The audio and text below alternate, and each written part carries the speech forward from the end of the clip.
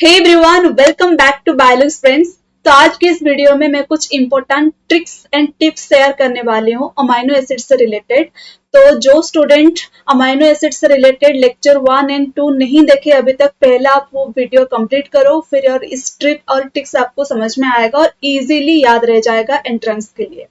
और गाइस, इस वीडियो में आपको ट्रिक्स तभी मिलेगा अगर आप विदाउट स्किप करके देख रहे हो वीडियो। तो guys, don't skip the video and watch completely. और उसके लिए पहले आपको सब्सक्राइब करना पड़ेगा मेरे जो बायोलॉजी फ्रेंड्स चैनल है, और ये इसे आपको अपने फ्रेंड्स, सीनियर एंड जूनियर्स के साथ शेयर करना पड़ेगा। तो guys, let's start the video.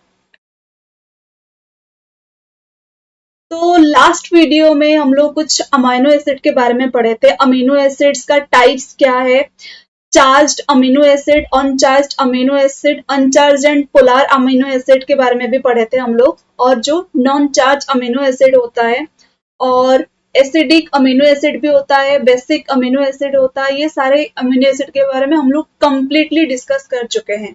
तो आज कुछ टिप्स के बारे में बताने वाली हूँ मैं। तो आप इतने सारे अमीनो एसिड को कैसे याद रखोगे? तो अमीनो एसिड को याद रखने के लिए आपके पास जो बचपन में आप पढ़ते थे ना, स्टार्टिंग में जब एबीसीडी स्टार्ट किए थे आप लोग, तो वही एबीसीडी से हम लोग अमीनो एसिड के बारे में पढ़ेंगे। तो एबीसीडी जो इंग्लिश का लेटर होता है, इसमें 26 लेटर होता है ना, 26 में 26 लेटर। और आपका अमीनो एसिड जो है, अमीनो एसिड का क्वांटिटी कितना होता है? 22 अमीनो एसिड, जो कि आपका स्टैंडर्ड अमीनो एसिड है ना। तो स्टैंडर्ड अमीनो एसिड में का नंबर है 22 और आपका 26 इंग्लिश लेटर का नेम है, राइट। तो ये तो आपको पता है, ABCD A to up to Z आपको पता है। तो उसी में आप कैसे अमीनो एसिड को याद रखोगे? तो उसके लिए मैं यहाँ पे कुछ बॉक्स लेके आई हूँ। ये बॉक्स को देखिए, टेबल को। A से आपका हो गया एलानिन, B में कुछ नहीं है, B से रिलेटेड कोई भी अमीनो एसिड नहीं होता है। C से हो गया सिस्टीन, D हो गया आपका एस्पेरेटिक एसिड, जो कि एक basic amino acid, no acidic amino acid है। और आपका ग्लूटामिक एसिड, जिसका सिंबल है E। तो ABCDE यहाँ पे कंप्लीट हो गया। Glutamic acid is a acidic amino acid. Then phenylalanine हो गया आपका F, glycine G, histidine H, isoleucine I। ये आपका बहुत इजी है, आप ऐसे याद रखोगे तो बहुत इजी रहेगा। लेकिन इसमें जो एस्पर्टिक एसिड, ग्लूटामिन, फिनाइल अलानिन, जिसका फर्स्ट लेटर उसका सिंबल नहीं है, उसके लिए आपको पहले पता करना पड़ेगा कि एस्पर्टिक एसिड के लिए कौन सा सिंबल है। एस्पर्टिक एसिड के लिए D होता है, ग्लूटामिक एसिड के लिए E होता है, एंड फिनाइल एलानिन के लिए F होता है। और ये सारे के सारे अमीनो एसिड रिलेटेड जितने सारे इंफॉर्मेशन मैं लेक्चर 1 एंड लेक्चर 2 में ऑलरेडी प्रोवाइड कर चुकी हूँ। तो ये आप उसके लिए पहले आपको लेक्चर कंप्लीट करना पड़ेगा। नेक्स्ट हो गया आपका आइसोल्यूसिन कंप्लीट। J से रिलेटेड कोई भी अमीनो एसिड नहीं होता है। देन K से हो गया लाइसिन, जो कि पॉजिटिव या बेसिक अमीनो एसिड है। Leucine L, methionine M, N से हो गया एस्परेजिन, M हो गया आपका एस्परेजिन, O हो गया पायरोलाइसिन, P से प्रोलिन, Q से ग्लूटामिन। एस्परेजिन एंड ग्लूटामिन ये दोनों N एंड R ये अलग अलग हो गया आपका। और ग्लूटामिन के अलावा आर्जिनिन, सॉरी यहाँ पे glutamine Q and arginine R। बच्चों में क्या कंफ्यूजन होता है? एस्परेजिन एंड आर्जिनिन में कंफ्यूजन होता है। एस्परेजिन N में कंप्लीट हो रहा है और आपका स्टार्टिंग A होता है, और आर्जिनिन भी N में कंप्लीट हो रहा है और स्टार्टिंग A होता है। लेकिन इसमें कंफ्यूजन ना होने के लिए आपको ऐसे याद रखना पड़ेगा कि जो लाइसिन एंड आर्जिनिन ये होता है आपका, लाइसिन के लिए K और आर्जिनिन के लिए R, और एस्परेजिन के लिए N होता है एंड ग्लूटामिन के लिए Q होता है, राइट। देन सेराइन के लिए S, थ्रियोनाइन के लिए T, सिलेनोसिस्टिन के लिए U होता है, valine V, tryptophan W। X के लिए कोई नहीं है, Y के लिए टायरोसिन एंड Z के लिए कोई भी नहीं होता है। तो सिर्फ 4 लेटर को छोड़ के सारे के सारे 22 लेटर्स से रिलेटेड अमीनो एसिड है। तो आप अमीनो एसिड को इजीली याद रख सकते हो इस टेबल के थ्रू। और ये जो यहाँ पे इमोजी में मेंशन की हूँ, इस इमोजी के जैसा आप एग्जाम में कॉन्फिडेंट हो सकते हो इस अमीनो एसिड को लेके, राइट। क्योंकि कभी कभी अमीनो एसिड से रिलेटेड क्वेश्चन ऐसे पूछता है कि ये सिंबल से रिलेटेड कौन सी अमीनो एसिड है। तो आप इसके लिए आपको कोई भी प्रॉब्लम नहीं होगा। और इस टाइप का क्वेश्चन गेट में भी आता है, और भी एंट्रेंस एग्जाम में भी आता है, ठीक है। Next, essential amino acid and semi essential amino acid, non essential amino acid। कुछ अमीनो एसिड ऐसे हैं जो कि हमारे बॉडी में सिंथेसिस होता है, और कुछ एसिड ऐसे होते हैं जिसे हम लोग बाहर से इनटेक करना पड़ता है थ्रू फूड। तो उनमें से जो बाहर से हम लोग अमीनो एसिड को इनटेक कर रहे हैं, जो हमारी बॉडी में नहीं है, उसे हम लोग बोलते हैं एसेंशियल अमीनो एसिड, राइट। तो अमीनो एसिड जो एसेंशियल होता है वो आप कैसे याद रखोगे? और गाइस, इससे रिलेटेड क्वेश्चन आपका CSR नेट में आया है, तो इसे स्किप मत करना। CSR नेट लाइफ साइंस से रिलेटेड क्वेश्चन आया है इससे रिलेटेड। तो essential amino acid threonine, methionine, isoleucine, leucine and lysine, tryptophan, histidine, phenylalanine and valine होता है। और ये सारे के सारे जो अमीनो एसिड है, इनका जो शॉर्ट फॉर्म है तो वो क्या होता है? थ्रियोनिन के लिए T होता है, मिथियोनिन के लिए M होता है, आइसोल्यूसिन के लिए I होगा, ल्यूसिन के लिए L होता है, लाइसिन का K, tryptophan W, histidine H, फिनाइलएलानाइन F, valine के लिए V। तो ये शॉर्ट फॉर्म को यूज करके आप एक ट्रिक में खुद बनाई हुई इस ट्रिक को, और इस ट्रिक आप इजीली याद रख सकते हो। तो एक ट्रिक याद रह जाएगा, तब इजीली आप जो भी एग्जाम में क्वेश्चन आएगा एसेंशियल अमीनो एसिड से रिलेटेड आप आंसर कर पाओगे, ठीक है। तो ट्रिक क्या है? आप ऐसे याद रखो, जो फर्स्ट सिंबल होता है ना, उसी के जैसा ही, मतलब उसे आपको याद रखना है और ट्रिक बनाना है आप में से। मुझे जो इजी लगा वो ट्रिक मैं बनाई हूँ आज। अगर इससे कुछ इजी मिलता है तो आप खुद भी बना सकते हैं। तो गाइस देख लेते हैं, एक सेकेंड मैं थोड़ा इसे मार्क कर देती हूँ। तो जो ये जो ट्रिक मैं बताई हूँ अभी, take milk with healthy food vegetables, तो आप इजीली इसे याद रख सकते हो। जो नॉर्मल टॉक होता है कि मिल्क भी आपका हेल्दी होता है और वेजिटेबल्स आपका हेल्दी होते हैं। तो take milk with healthy food vegetables. Take में T हो गया आपका थ्रियोनिन, और मिल्क MILK, ये पूरा आपका कैपिटल लेटर में जो मैं लिखी हूँ, M means methionine, I isoleucine, L leucine, K lysine. With में W हो गया आपका ट्रिप्टोफैन, H में H हो गया आपका हिस्टिडाइन, देन F में फूड में F हो गया फिनाइलएलानाइन, देन वेजिटेबल्स में V हो गया वैलिन। तो ये हो गया आपका एसेंशियल अमीनो एसिड्स का ट्रिक। एसेंशियल अमीनो एसिड को आप कैसे याद रखोगे, उससे रिलेटेड ट्रिक। आई थिंक आपके लिए इजी होगा याद रखने के लिए। नेक्स्ट हो गया आपका semi essential. Semi essential amino acid क्या होता है ना, जिसका प्रिकर्सर हमारी बॉडी में प्रेजेंट नहीं है। मतलब जैसे कि फिनाइलएलानाइन से सिंथेसिस होता है टायरोसिन। तो अगर हमारे बॉडी में फिनाइलएलानाइन हम लोग फूड के थ्रू ऑब्टेन करेंगे तो उससे रिलेटेड एंजाइम प्रेजेंट रहता है, और वो एंजाइम फिनाइलएलानाइन को कन्वर्ट करेगा टायरोसिन में। तो इस टाइप का अमीनो एसिड्स को बोलते हैं सेमी एसेंशियल अमीनो एसिड्स, जिसका एंजाइम हमारी बॉडी में प्रेजेंट है लेकिन उसका प्रिकर्सर प्रेजेंट नहीं है। एंजाइम प्रेजेंट है लेकिन प्रिकर्सर प्रेजेंट नहीं है। तो वो सेमी एसेंशियल अमीनो एसिड क्या हो गया? क्राय। आप लोग तो कभी कभी जब सैड हो जाते हो, आप नहीं, मैं भी, मतलब कोई भी, बचपन में बहुत रोते थे ना हम लोग, कि मतलब बहुत ही रोते थे, तब उसी के अकॉर्डिंगली आप याद रख सकते हो कि क्राय, CRY, C से हो गया सिस्टेन, R से हो गया आर्जिनिन, एंड टायरोसिन का जो सिंबल होता है वो हो गया Y।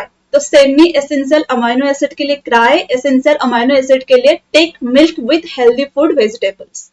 आई थिंक ये आपका क्लियर हो गया होगा और अच्छे से याद रह जाएगा। नेक्स्ट, कुछ अमीनो एसिड्स होते हैं, हाँ मैं और एक चीज बोलना भूल गई यहाँ पे, नॉन एसेंशियल अमीनो एसिड और जो बाकी जितना अमीनो एसिड हो गया वो सारे नॉन एसेंशियल अमीनो एसिड है और वो हमारे बॉडी में सिंथेसिस होता है easily. Next, ketogenic amino acid and glucogenic amino acid. जो अमीनो एसिड्स है वो कुछ मेटाबॉलिक पाथ में पार्टिसिपेट करते हैं। अमीनो एसिड्स जो है वो मेटाबॉलिक पाथ में पार्टिसिपेट करेंगे। मतलब कुछ अमीनो एसिड से प्रोटीन तो सिंथेसिस हो रहा है और कुछ अमीनो एसिड से ग्लूकोज भी सिंथेसिस होता है, और अदर मेटाबॉलिक पाथवे में पार्टिसिपेट करते हैं कुछ अमीनो एसिड्स।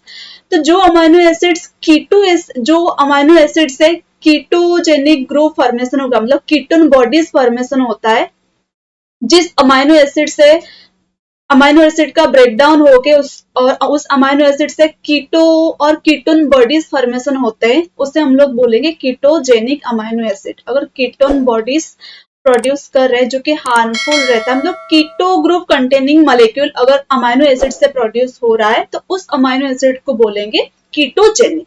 कीटो मीन्स कीटोन ग्रुप और कीटो ग्रुप जो C double bond O group होता है, एंड जेनिक मीन्स जेनेसिस। अगर अमाइनो एसिड से कुछ कीटोन बॉडीज प्रोड्यूस हो रहा है तो उस अमाइनो एसिड को हम लोग बोलते हैं कीटोजेनिक अमाइनो एसिड।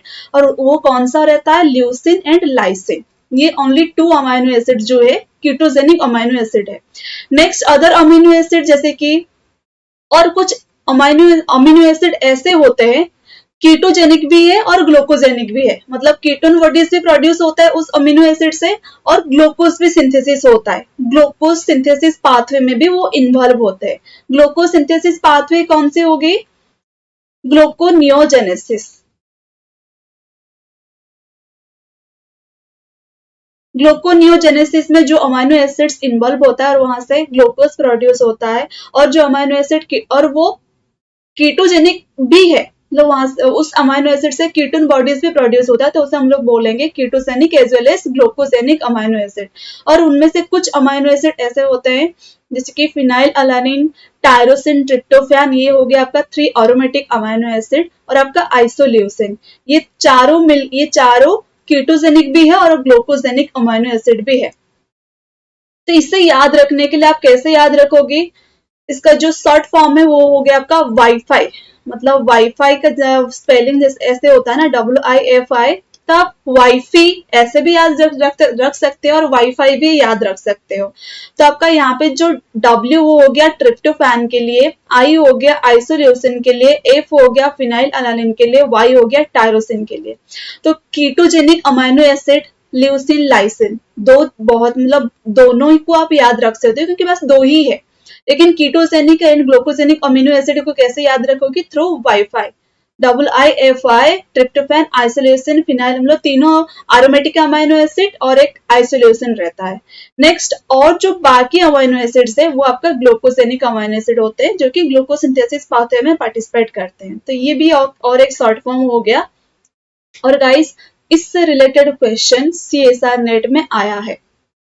मैं जो प्रीवियस ईयर क्वेश्चन डिस्कस करूंगी तो ये क्वेश्चन हम लोग और डिस्कस करेंगे उस क्लास में। तो CSR नेट में ये क्वेश्चन आया है कि which of the following amino acid is both ketogenic and glucogenic form. तो आपको इसे याद रखने के लिए जो ट्रिक है वो मैं ऑलरेडी बता दी हूँ और ये बहुत ही इंपॉर्टेंट है। ये सिर्फ CSR नेट में भी नहीं आता है, गेट में भी आता है। गेट और other MSc entrance, GAT B, DBT JRF में भी आता है। बहुत सारे एंट्रेंस में क्वेश्चन आता है। Next is isoelectric point calculation. तो ये बहुत ही इजी था। लास्ट क्लास में लेक्चर 1 में मैं आइसोइलेक्ट्रिक पॉइंट के बारे में बताई थी, फिर भी और एक बार बता देती हूँ। एक आइसोइलेक्ट्रिक पॉइंट क्या है ना, एक particular pH eight which the overall charge of A amino acid is 0। एक पर्टिकुलर pH में अगर अमाइनो एसिड का ओवरऑल चार्ज 0 होता है, उस pH को बोलेंगे उसका आइसोइलेक्ट्रिक पॉइंट और PI, राइट। अगर हम लोग यहाँ पे pH इस अमाइनो एसिड जिस सोल्यूशन में उसका pH बहुत कम कर देंगे, तो pH डिक्रीज होने की वजह से क्या होगा? H प्लस का कॉन्सेंट्रेशन इंक्रीज हो जाएगा सोल्यूशन में, है ना। जब pH कम होता है तो H प्लस का कॉन्सेंट्रेशन इंक्रीज होता है। और इस अमाइनो एसिड के पास क्या है? इस अमीनो एसिड के पास कौन सी ग्रुप है? प्लस ग्रुप भी है, और मतलब अल्फा अमाइनो ग्रुप जिसके पास एक प्लस ग्रुप रहता है और अल्फा कार्बोक्सिलिक ग्रुप भी है। तो जब सोल्यूशन में H प्लस का कॉन्सेंट्रेशन इंक्रीज हो जाएगा तो उस टाइम पे क्या होगा ना, ये जो नेगेटिव चार्ज था वो पॉजिटिव चार्ज के साथ अट्रैक्ट होके बॉन्ड फॉर्मेशन कर लेगा, और यहाँ पे COO माइनस फॉर्म जो था वो फॉर्मेशन हो जाएगा COOH। यहाँ पे मैं मेंशन नहीं की हूँ, सॉरी फॉर दैट। तो यहाँ पे क्या हो जाएगा COOH जब H प्लस का कॉन्सेंट्रेशन इंक्रीज होगा और pH डिक्रीज होता है। वैसे ही अगर इस अमीनो एसिड को हम एक सॉल्यूशन में डाल देंगे जिसमें pH जो है वो इंक्रीज हो, मतलब pH इंक्रीज कर देंगे, इस सॉल्यूशन का pH हम लोग इंक्रीज कर देंगे जिसमें अमीनो एसिड है और उसका नेट चार्ज 0 है। अभी उसमें हम लोग pH इंक्रीज करेंगे। पीएच इंक्रीज करने की वजह से क्या होगा, H+ का कॉन्सेंट्रेशन बहुत ही कम हो जाएगा, क्योंकि हमें पता है जब पीएच ज्यादा रहता है तो H+ का कॉन्सेंट्रेशन कम होता है। तो उस कंडीशन में जो COO माइनस ग्रुप था, sorry COO minus negative group था वो है, लेकिन जो इस अमीनो एसिड के पास एक एक्स्ट्रा पॉजिटिव चार्ज था, NH3+ था, तो सराउंडिंग में उसका H+ डिक्रीज हो गया, तो वो ट्राई करेगा कि भाई मेरे पास जो है H+ वो डोनेट कर देगा, किसी सॉल्यूशन को या सराउंडिंग को डोनेट कर देगा। और डोनेट कर देने की वजह से क्या होगा ना, यहाँ पे जो पॉजिटिव चार्ज था वो न्यूट्रल हो जाएगा, इसके ऊपर कोई भी चार्ज नहीं रहेगा, क्योंकि H+ वो डोनेट कर दिया है। तो यहाँ पे डोनेट करने की वजह से क्या होगा, ये हो जाएगा आपका न्यूट्रल, और बाकी प्रेजेंट कौन है, ये वाला मॉलिक्यूल प्रेजेंट है, मतलब जो minus group carboxylic group present है और उसका सराउंडिंग में अभी H+ का कॉन्सेंट्रेशन बहुत ही लो है, जिसकी वजह से वो COO माइनस फॉर्म में रहेगा। तो उसका नेट चार्ज हो जाएगा आपका -1। क्लियर हो गया होगा आपको आइसोइलेक्ट्री पॉइंट के बारे में। तो कुछ ऐसे देख लेंगे कि कुछ अमाइनो एसिड जो रहते हैं, जैसे कि आपका positive and negative amino acid, उनमें पीएच चेंज करने की वजह से क्या इफेक्ट होता है। ये हो गया आपका ग्लूटामेट। ग्लूटामेट का आपको एक सॉल्यूशन में डिप करोगे, ठीक है, एक ग्लूटामेट में एक पर्टिकुलर पीएच में आप डाल दोगे, और उसका फर्स्ट आप क्या करना है, पर्टिकुलर पीएच देखा गया है कि ग्लूटामेट को जब हम लोग 3.22 पीएच में ऐड करते हैं तो उसका ओवरऑल नेट चार्ज हो जाता है 0। और ग्लूटामिक एसिड क्या है, एक एसिड है जिसके पास एक नेगेटिव ग्रुप रहता है, मतलब ग्लूटामेट का जो R ग्रुप है उसके पास एक एक्स्ट्रा कार्बोक्सिलिक ग्रुप रहता है, ठीक है। जब ग्लूटामेट को हम लोग लो पीएच में पुट करेंगे तो ग्लूटामेट लो पीएच कंडीशन, मान लो कि ये पीएच बहुत ही कम है, तो उस कंडीशन में क्या होगा, पीएच कम है मतलब H+ का कंसेंट्रेशन हाई है, तो उसका जो बोथ कार्बोक्सिलिक ग्रुप रहता है, एक अल्फा कार्बोक्सिलिक ग्रुप और एक अल्फा अमाइनो ग्रुप, और R चेन का जो रहता है कार्बोक्सिलिक ग्रुप, ये दोनों प्रोटोनेशन फॉर्म में आ जाएंगे। तो जो H+ ऐड हो गया उसे बोलते हैं प्रोटोनेशन फॉर्म। तो प्रोटोनेशन हो जाएगा ग्लूटामेट में। धीरे धीरे हम क्या करेंगे ना, उस सॉल्यूशन में पीएच इंक्रीज करेंगे। तो जब पीएच इंक्रीज करेंगे तो एक पर्टिकुलर पीएच इंक्रीज करने बाद देखा जाएगा कि जो अल्फा कार्बोक्सिलिक ग्रुप है वो एक पर्टिकुलर पीएच के ऊपर अपना H+ रिमूव कर रहा है, क्योंकि पीएच जब इंक्रीज होगा तो सॉल्यूशन में H+ का कॉन्सेंट्रेशन डिक्रीज होता जाएगा, राइट। तो जो ग्लूटामेट है या कोई भी एसिडिक अमाइनो एसिड जिसके पास ऑलरेडी पहले से H+ था, वो ट्राई करेगा सॉल्यूशन को या सराउंडिंग को H+ डोनेट करने के लिए, राइट। तो एक पर्टिकुलर पीएच जब हम लोग इंक्रीज करेंगे तो उस पीएच में उसका जो फर्स्ट कार्बोक्सिलिक ग्रुप था, अल्फा कार्बोक्सिलिक ग्रुप, वो अपना H+ डोनेट करके इस फॉर्म में आ जाएगा, COO माइनस फॉर्म में आएगा। तो देखा गया है कि जो पर्टिकुलर पीएच में alpha carboxylic group of glutamate जो अपना H+ डोनेट करता है वो जनरली कितना होता है, 2.19। तो इस पीएच में अपना जो ग्लूटामेट है वो अपना अल्फा कार्बोक्सिलिक ग्रुप डोनेट करेगा।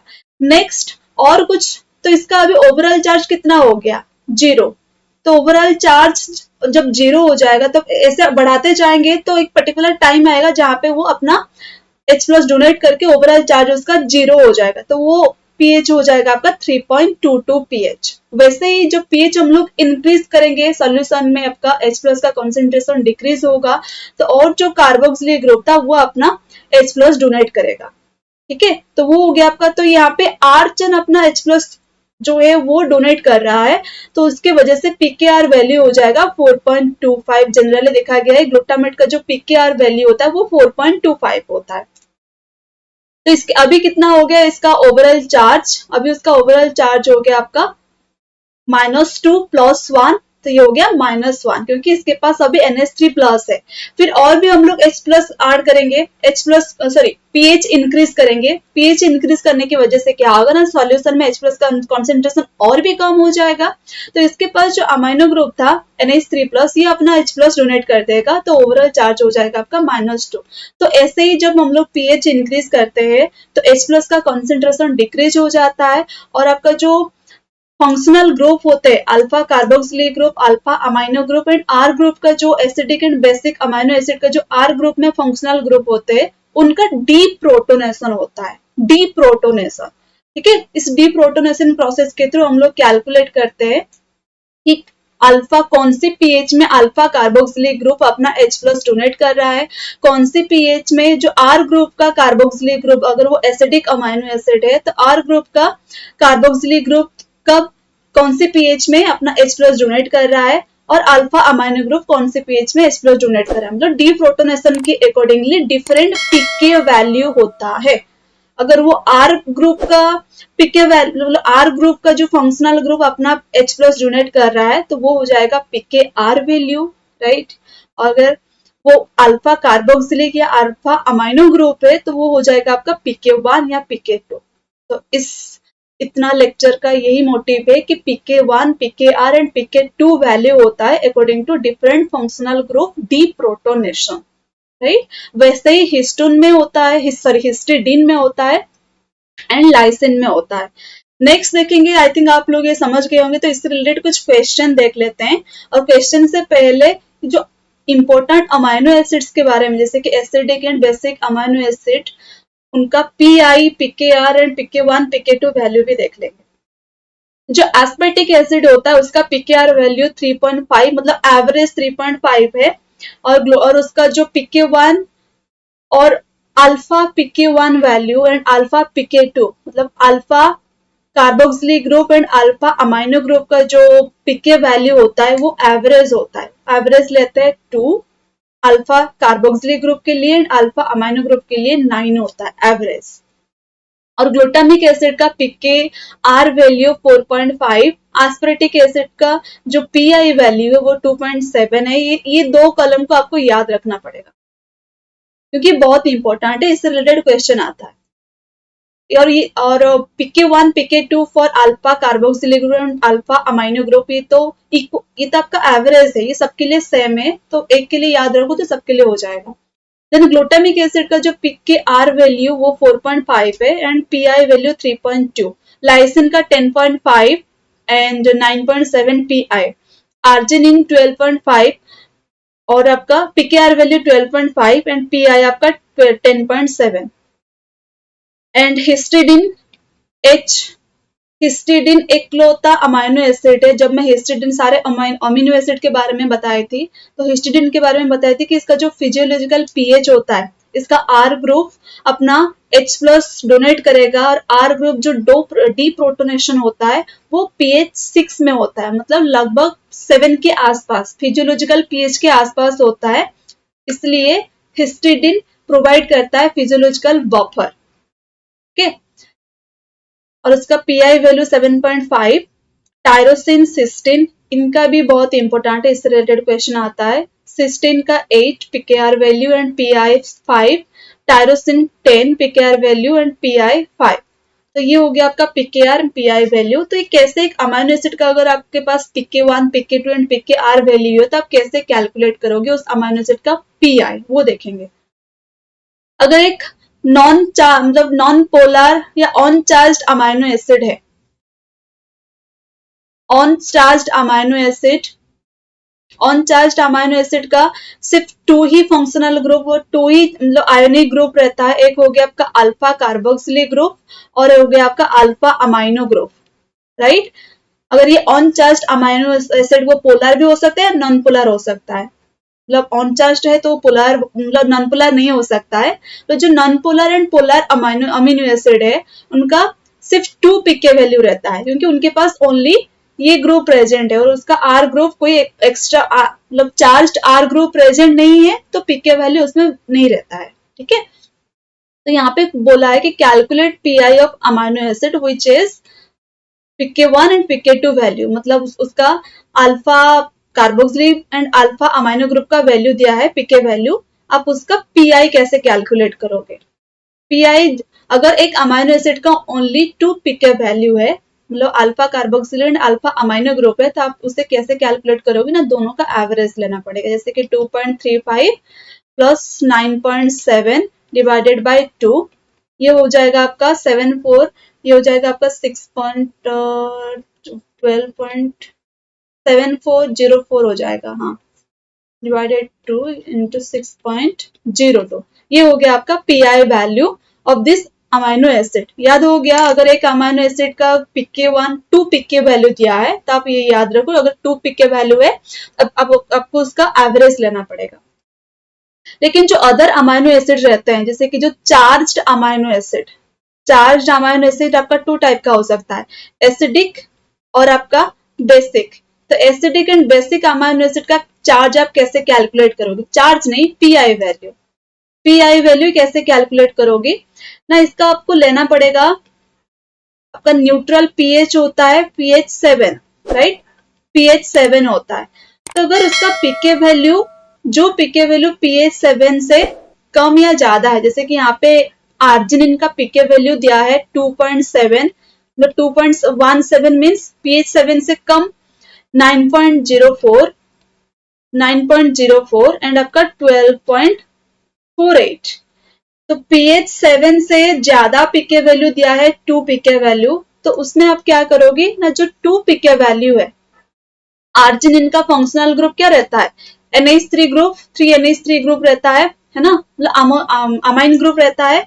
तो इस अमाइनो ग्रुप को कैसे, इस अमाइनो ग्रुप का जब डीप्रोटोनेशन होगा तो वो एब्सोल्युटली pH 7 के बाद ही होता है ना। तो दोनों अल्फा अमाइनो ग्रुप एंड आपका जो last and R group amino group रहता है, आर ग्रुप अमाइनो ग्रुप ऐसे कुछ रहता है ना आर्जिनिन का, तो ये कैसे कैलकुलेट होगा? तो ये दोनों का दोनों प्रोटोनेशन होगा आफ्टर pH 7, फिजियोलॉजिकल pH के बाद ही इन दोनों का प्रोटोनेशन होगा। तो अगर यहाँ पे आर्जिनिन ना देके लाइसिन होता तो लाइसिन के केस में भी सेम होता है। अगर आपका pH 3 pH वैल्यू दिया है यहाँ पे pK वैल्यू, तो वो एसिडिक भी हो सकता है, बेसिक भी हो सकता है। तो आप उसमें कैसे pH कैलकुलेट करोगे? तो उनमें से जो फिजियोलॉजिकल pH से 2 pH को आपको लेना पड़ेगा, 2 pK वैल्यू को लेना पड़ेगा। और 2 pK वैल्यू कौन सा लेना पड़ेगा? जो pH 7 से कम हो या pH 7 से ज्यादा हो। तो यहाँ पे 2 pH जो कि 2 pK वैल्यू जो कि pH 7 से ज्यादा है वो है आपका 9.4, okay, 9.04 plus 12.48 divided by 2, right.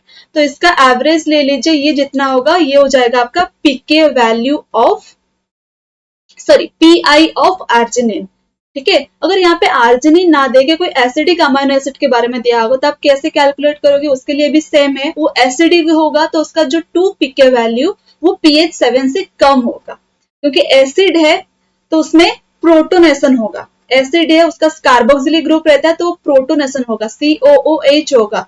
जब प्रोटोनेशन कब होता है? जब H प्लस का कॉन्सेंट्रेशन हाई होता है ना, pH एसिडिक कंडीशन में pH 7 से कम होगा तो उसका 2 pK वैल्यू pH 7 से कम होगा और उसी pK वैल्यू का आप एवरेज ले लीजिए, वो हो जाएगा उसका PI वैल्यू, ठीक है। तो ये सारे क्वेश्चन से रिलेटेड, ये जो टॉपिक से रिलेटेड क्वेश्चन आप प्रैक्टिस करने के लिए पहले आपको हमारे जो टेलीग्राम ग्रुप है वहां पे ज्वाइन करना पड़ेगा। टेलीग्राम ग्रुप का लिंक मैं मेंशन करूंगी डिस्क्रिप्शन बॉक्स में, तो आप जाके वहां पे क्लिक कीजिए और ग्रुप ज्वाइन कीजिए, और इससे रिलेटेड बहुत सारे क्वेश्चन हम लोग डिस्कस करने वाले हैं। नेक्स्ट, कुछ पोस्ट ट्रांसलेशनल मॉडिफिकेशन होता है अमाइनो एसिड में, जैसे कि अमीनो एसिड्स, बहुत सारे अमीनो एसिड जिसमें कुछ पोस्ट ट्रांसलेशनल मॉडिफिकेशन होता है आफ्टर ट्रांसलेशन, और वो क्या क्या है? फॉस्फोराइलेशन। फॉस्फोराइलेशन कौन से अमीनो एसिड के ऊपर होता है? सेराइन, थ्रियोनाइन, टायरोसिन, हिस्टिडीन, एस्पार्टेट। जैसे कि आप रिसेप्टर के बारे में सुने होंगे, कुछ रिसेप्टर रहता है जिसका कार्बोक्सिलिक एंड में सेराइन और थ्रियोनिन मॉलिक्यूल रहता है और उसी के ऊपर फॉस्फोराइलेशन होगा। और कुछ अमाइनो एसिड जैसे कि इंसुलिन का जो रिसेप्टर है, इंसुलिन रिसेप्टर का जो कार्बोक्सिलिक एंड में रहता है उसका एक्टिव साइट में टायरोसिन, और टायरोसिन में फॉस्फोराइलेशन होगा तभी ये रिसेप्टर एक्टिव होता है। तो रिसेप्टर का मतलब रिसेप्टर की मॉलिक्यूल्स में कुछ रिसेप्टर एंजाइम होते हैं, जो एंजाइम बेस्ड रिसेप्टर होता है, एंजाइम लिंक रिसेप्टर, तो उनका जो एक्टिव साइट में generally serine, tyrosine and aspartic acid present रहता है। Serine, threonine, tyrosine and aspartic acid present रहता है। देन ग्लाइकोसाइलेशन, ग्लाइकोसाइलेशन 2 टाइप का होता है, एन लिंक्ड, ओ लिंक्ड और एन लिंक्ड ग्लाइकोलाइजेशन। ग्लाइकोसाइलेशन आपका होता है एंडोप्लाज्मिक रेटिकुलम में, और O linked glycosylation, glycosylation means addition of sugar, O linked glycosylation होता है आपका गोल्गी बॉडी में, राइट। तो अगर ये अमाइनो एसिड मतलब पेप्टाइड चेन में कुछ सीक्वेंस इस तरह का है, जैसे कि एस्पेराजिन एंड उसके बाद कुछ और दूसरा अमाइनो एसिड एंड उसके बाद सेराइन है, तो इस पेप्टाइड में आपका ऐड होगा, इस पेप्टाइड में आपका ग्लाइकोसाइलेशन होगा इन नाइट्रोजन की पोजीशन में। एन मीन्स नाइट्रोजन के ऊपर ऐड होगा, ओ मीन्स ऑक्सीजन के ऊपर ऐड होता है, ठीक है। नेक्स्ट हो गया आपका hydroxylation. Hydroxylation lysine and proline में होता है, और लाइसिन प्रोलिन का हाइड्रोक्सिलेशन की वजह से जो हाइड्रोक्सिलाइसिन एंड हाइड्रोक्सीप्रोलिन फॉर्मेशन होता है, वो स्ट्रक्चर कहां पे प्रेजेंट है, कोलाजेन में, ठीक है। Next acetylation, acetylation occurs generally in lysine, lysine R chain of lysine and N end of other peptides, कुछ पेप्टाइड्स का एन एंड में होता है और आर चेन ऑफ लाइसिन में होता है। लाइसिन का एसिटाइलेशन होगा तो ही आपका जो डीएनए यूक्रोमाटिन फॉर्मेशन होता है। Then acylation, acylation means fatty acid addition, मतलब प्रोटीन के ऊपर कुछ फैटी एसिड भी ऐड होता है ना, जैसे कि जीपीआई एंकर या आपका जो कुछ प्रोटीन लिपिड को कैरी करते हैं, तो वो लिपिड कैसे ऐड होता है प्रोटीन के ऊपर, कुछ प्रॉपर अमीनो एसिड के ऊपर ऐड होगा, और उस अमीनो एसिड कौन से अमीनो एसिड के ऊपर फैटी एसाइलेशन होता है, वो आपका सिस्टेन, ग्लाइसिन और कुछ अमीनो एसिड में होता है। अगर मेरिस्टेमेटिक एसिड यूज ऐड हो रहा है तो उसे हम लोग बोलते हैं मेरिस्टाइलेशन, पाल्मिटिक एसिड ऐड हो रहा है तो पाल्मिटाइलेशन जो कि सिस्टीन के ऊपर होता है, एंड फार्निसिल ग्रुप ऐड होता है तो उसे बोलते हैं फार्निसाइलेशन, तो सिस्टीन के ऊपर होता है, एंड जीपीआई एंकर भी ऐड होता है सिस्टीन के ऊपर। तो this are the important post translation modification. तो इसके अलावा और कुछ नॉन स्टैंडर्ड अमीनो एसिड के बारे में पढ़ेंगे। ये सारे था इंफॉर्मेशन स्टैंडर्ड अमीनो एसिड के बारे में। अभी देखेंगे नॉन स्टैंडर्ड अमीनो एसिड क्या क्या है। स्टैंडर्ड अमीनो एसिड जो कि प्रोटीन में इनकॉर्पोरेट होता है राइबोसोमिकली, तो उसे बोलते हैं हम लोग स्टैंडर्ड अमीनो एसिड, है ना। स्टैंडर्ड अमीनो एसिड वही है जो कि प्रोटीन में इनकॉर्पोरेट होता है राइबोसोम के through. Non standard amino acid क्या है, जो कि राइबोसोमिकली प्रोटीन में ऐड नहीं होता है, लेकिन पोस्ट ट्रांसलेशनल मॉडिफिकेशन के थ्रू हो सकता है, नहीं भी हो सकता है। नॉन स्टैंडर्ड अमीनो एसिड जो है वो कुछ non standard amino acid nature में फ्रीली रहते हैं, और कुछ अमीनो एसिड जो है वो प्रोटीन में ऐड होता है, राइबोसोम के थ्रू ऐड नहीं हो पाएगा, लेकिन उसके बाद पोस्ट ट्रांसलेशनली ऐड होते हैं, ठीक है। तो उनमें से सम proteins have non-standard amino acid formed by post-translational modification। तो प्रोटीन के अंदर जो non-standard amino acid इनकॉर्पोरेट होते हैं वो कैसे होते हैं, पोस्ट ट्रांसलेशनल मॉडिफिकेशन के थ्रू। तो कुछ प्रोटीन में जो non standard amino acid present है वो हो गया आपका डेरिवेटिव ऑफ अमीनो एसिड, जैसे कि प्रोलिन का डेरिवेटिव हाइड्रोक्सी प्रोलिन, लाइसिन का डेरिवेटिव हाइड्रोक्सीलाइसिन, एंड डेस्मोसिन का डेरिवेटिव डेस्मोसिन प्रेजेंट है। ये भी एक नॉन स्टैंडर्ड अमीनो एसिड है। एसिटाइल सेरिन एंड आपका N formyl methionine, carboxyl glutamate, ये आपका कुछ नॉन स्टैंडर्ड अमीनो एसिड जो कि अमीनो एसिड से डिराइव है और प्रोटीन में प्रेजेंट है। और कुछ other non standard amino acid जो कि अमीनो एसिड से डिराइव नहीं होता है, लेकिन कुछ मेटाबॉलिक पाथवे में प्रेजेंट है, जैसे कि ऑर्निथिन यूरिया साइकिल में प्रेजेंट है, साइट्रोलिन यूरिया साइकिल में इन्वॉल्व होता है, एंड आजास्टिरिन ये एक एंटीबायोटिक है, ठीक है। ये एक अमीनो एसिड भी और एक एंटीबायोटिक है जो कि एंटीबायोटिक पाथवे में शो करता है। तो this is all about amino acid, isoelectric point, important tricks and tips. तो गाइस नेक्स्ट क्लास में हम लोग पढ़ने वाले हैं प्रोटीन के स्ट्रक्चर के बारे में। तो ऑल द वेरी बेस्ट। पहले आपको बायलू स्प्रेड को सब्सक्राइब करना पड़ेगा और आपका फ्रेंड्स जूनियर्स के साथ ये शेयर करो, ताकि उनको भी जो नेट आपके पास अभी ओनली 2 मंथ रह गया है, तो इतना कम टाइम में उनको ये इन्फॉर्मेशन मिल सके, प्रॉपर वे में वो जो है अपना रिवाइज एंड जो आपका प्रिपरेशन कर सके, ठीक है। तो guys all the very best. Next मिलते हैं हम लोग नेक्स्ट क्लास में।